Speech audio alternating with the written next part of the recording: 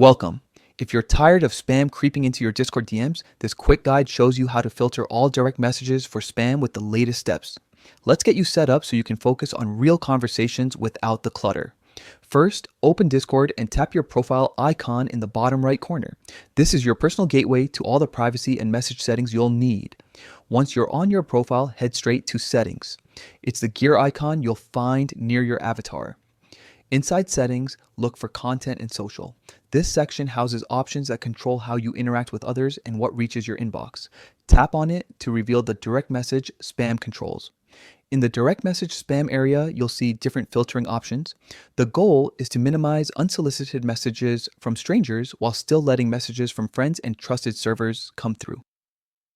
Find the filter that says something like Filter All, or a similarly named option that centralizes spam handling. Select this to apply the blanket filter to all incoming DMs.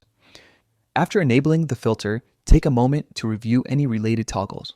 Some users prefer an extra layer of protection, such as requiring you to approve messages from people not on friends lists or from servers you're not connected with.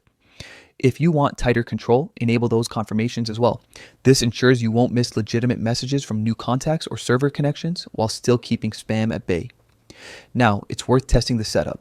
Ask a friend to send you a message from a different account or use a test account if you have one.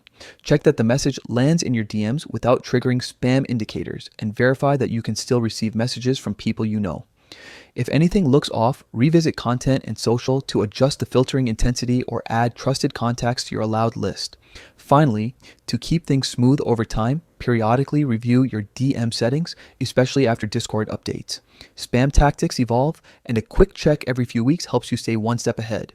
If you notice a real person's message getting blocked, you can tweak the filter or whitelist that contact to prevent future issues. With these steps, you've tailored Discord's direct message spam filtering to your needs.